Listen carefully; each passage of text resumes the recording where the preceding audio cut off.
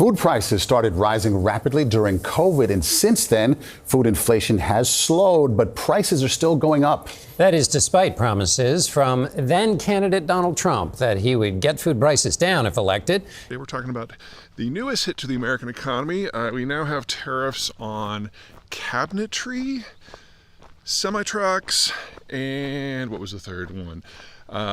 Name brand drugs. Shalom everybody, it's the YCO Nomad with YCO Resiliency, and in today's video we are going to be talking a little bit about the reasons behind the rising food prices still. We're going to talk about the new tariffs that President Trump is putting through, and also the potential for the escalation of civil unrest. As you saw earlier in the video clips that I played, we're seeing some problems. I want to touch upon a little bit about the food prices. Food prices and the price of things are not going down, and there's multiple reasons for that. I mean, we can look at, there's extreme weather events such as droughts, storms, which are devastating livestock and fields. And it creates the existing supply essentially more valuable, which supply and demand, we increase the prices.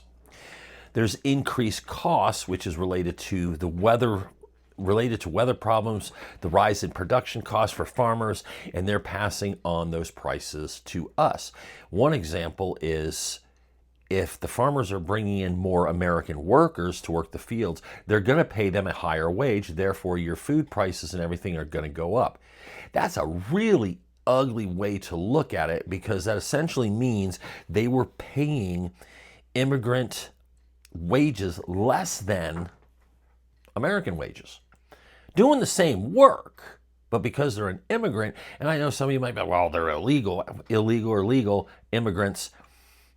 They're being paid less than their American counterparts. And for the most part, we all know most Americans, not all, most Americans don't want to do this type of work. This was one of the huge problems we had back in, the 1800s, and that American workers didn't want to do that type of work, sitting out in the fields, plucking strawberries and pulling tomatoes and all that stuff. They couldn't keep enough American workers, so they brought in foreign labor. Also, we still have the issue of the war in Ukraine, which is affecting the global food prices, because what the war in Ukraine does, we're still dealing with the aftermath of COVID-19, Charlie Victor 19, which really disrupted the supply chains, caused shortages. There's just so many things that happened because of that whole Charlie Victor 19 experiment. Now we have trade restrictions, and we know that Trump has toyed with the idea of putting tariffs on produce. Has he done it yet? Not quite sure, but he's been toying with it. So that right there is causing food prices to rise. This is one reason why, as preppers, we really need to focus on, and we should have been focusing on, stocking our food to the rafters. You have to get food storage. You need to maintain that food storage. It is oh so important. And if you haven't started now, you need to start. Many of us, we've done it. And if you've been doing it, you need to continue stacking those food. Labor and production costs, higher costs for labor, fuel, fertilizer, processing is all contributing. The economy is not as good as they say it is. I mean, we can watch it. It's going up and down. And also on top of that, corporate profits. Some food companies have increased profit margins to cope with the volatile conditions that will even further contribute to higher prices. So the company wants higher profits at the expense of paying their employees, paying labor more. They'll give labor a little bit, but the profit margins, we can look at scales. The profit margins compared to income, it's not there. Another reason, side hustle. Think about creating a side hustle. You cannot be dependent on dependent on working someone to make them wealthier. Because essentially when you go to work, you're working to make someone else wealthier while getting a small portion of what they deem your time is worth. That's a painful truth that most people don't want to think about. Some people, I get it. You don't want to be an entrepreneur. You don't need the hassle, but many of us have that entrepreneurial drive.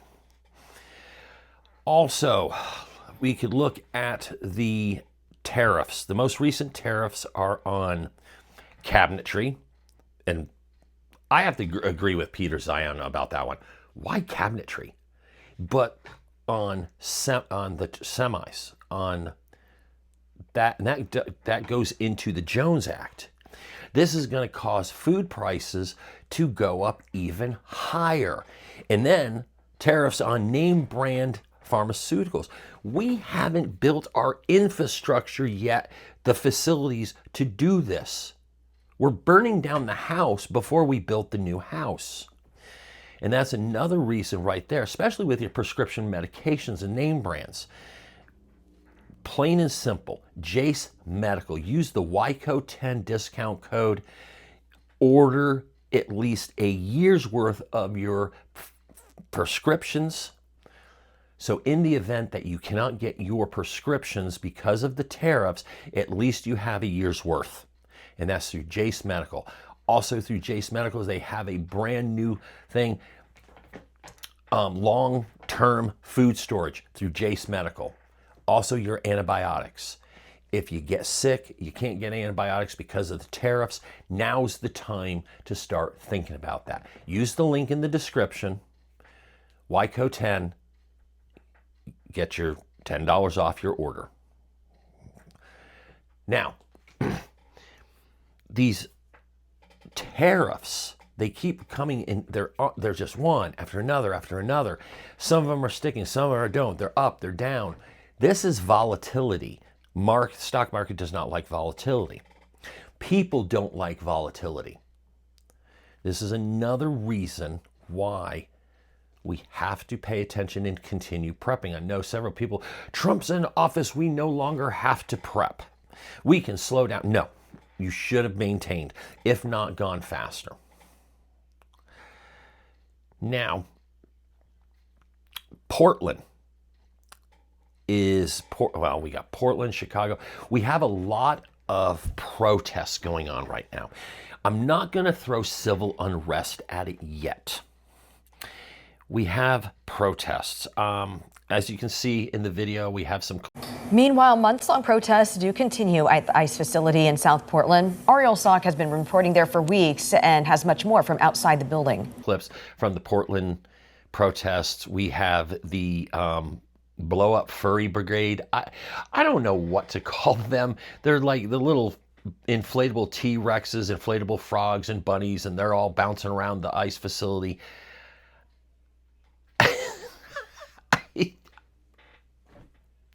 This is civil unrest. I don't know if that's Gen Z's, the Zoomers, how they're going to take on ICE wearing a blow-up frog uniform. I really can't. I'm trying to wrap my head around this, but there's a bunch of them. Now, I can sit there and go, what are they hiding inside? I mean, someone could be hiding some pretty, you'd be hiding some rifles, be hiding some, Molotov cocktails, stuff like that. You might have something hidden in there where, boom, you're going to take a knife, cut yourself out of it, and start lobbing, smoke grenades, and whip out your, fully automatic. You're going to drop a pig. Who knows? But There's been a few incidences where they have taken down individuals because they were all up in someone's grill. They were doing their scream. And I've found some of these absolutely comical. One of the reasons why is some of these individuals clearly have never been punched in the mouth. You see that they've never felt consequence, or if just the ones in the face screaming, yelling, all of a sudden just pop, they go down, and they have such a stunned look of, that is an individual that has never faced consequences for their actions. Welcome to 2025. Do I agree with sending the National Guard in?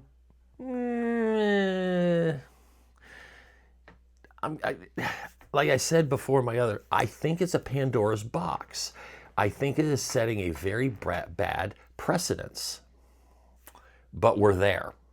So it doesn't matter what I think about it anymore. It's there. It's been opened. We'll see how it goes. But we are clearly seeing individuals being arrested, being taken down. Some of them quite harsh, but for the most part, I'm watching it. Other than chanting, it is peaceful. They're not firebombing anything. They're yelling, they're screaming. It falls in the category of somewhat peaceful. They're not burning things down. They're not assaulting people. Individuals here and there are.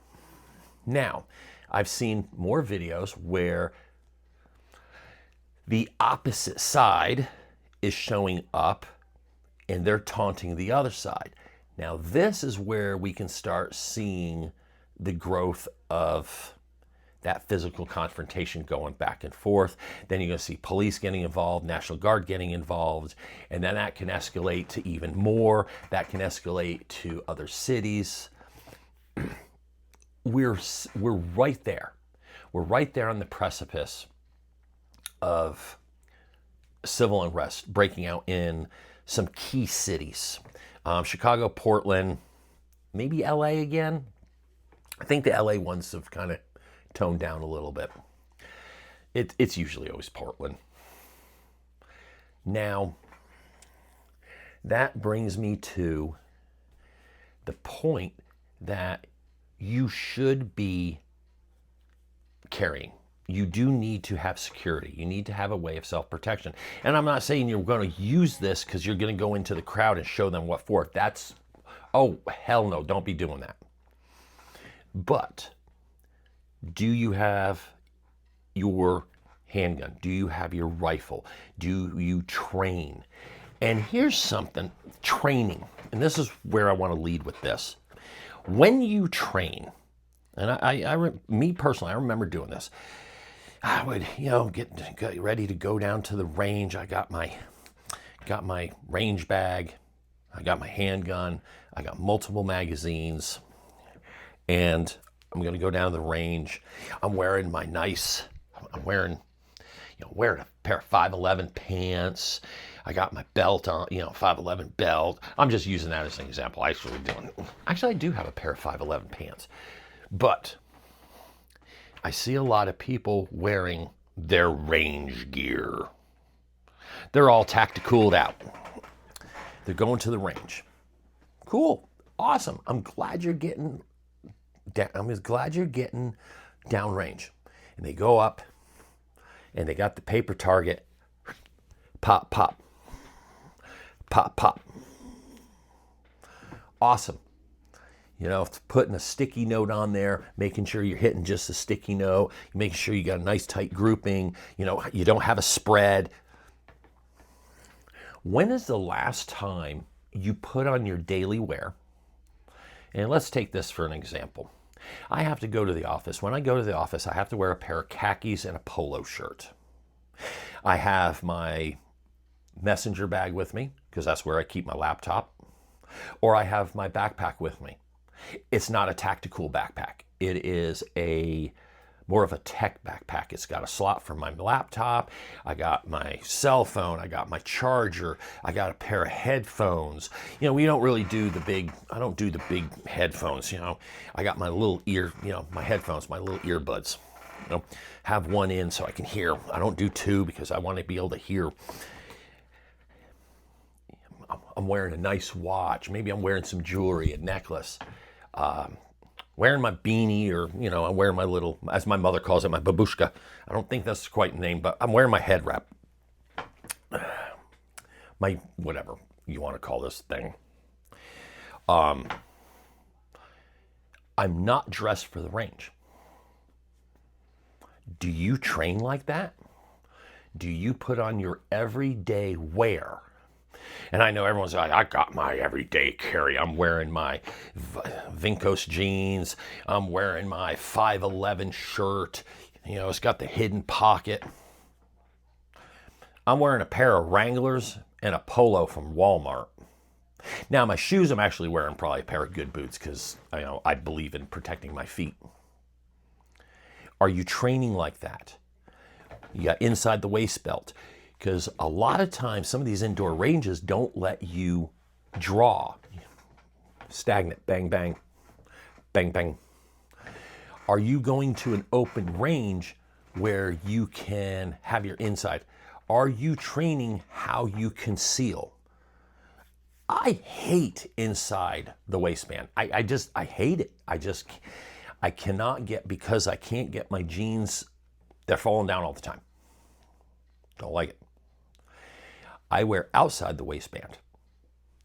Clip it on the side, nice and smooth. I wear a slimline holster, so I wear slightly baggier shirts, maybe a t-shirt with a button up. Boom. I don't print. How fast can I get to that? You know, can I pull that shirt? We're not going to show the belly. No flesh today. None of that. Pull up the shirt. Boom, boom, boom. Go for a draw. Are you training this way? I don't think a lot of us are. And that was something that was brought to my attention about, we need to focus more on training how we go about life. Stop training for the civil unrest, the breakdown of the United States system, where we got to start walking around in our plate carriers. And, you know, I know a lot of guys, they go to the range, they're kitted up, they're wearing their plate carrier. I was training today. Cool. That's for combat. Are you really going to combat? Or are you trying to get from your house, from your work to home? Because if you're throwing on your plate carrier, your kit, and strapping on your rifle, most likely the police are going to stop you before the bad guys. And honestly, if it's that bad, why were you at work? I don't really see it popping off like that. Civil unrest. I was at work and there was riots. I hope you're not putting on plate carriers and running down there with your rifle, because you're going to be a target for both sides. Okay? If you're running down there with your plate carrier, the protesters are going to see you as a threat. The police are going to see you as a threat, and it's going to be a huge problem. You're inviting that. Covert, not overt. More and more people, because of the situation, we need to start thinking covertly, not overtly. Train for every day. Stop with the apocalyptic prepper novel thoughts and think, got to get home, got to get to my castle, got to get off the X. I'm here to protect my family, myself, and my tribe. Now, some of you, you're ready to go, and I know there's that group that is just, you made a list. I get it. You know, the Charlie Kirk thing just was another check mark, you know, of just one more thing. And that was horribly tragic. And essentially, once again, as we covered before, a man was murdered for having a different opinion. That's where we're at. So hopefully you like the show. Please, if you like what's going on, like, subscribe, share. 414 of you subscribe to me. Thank you so much. I thank you. I'm smacking my microphone again. Also, in the description, Jace Medical, Refuge Medical, Blackout Coffee Company.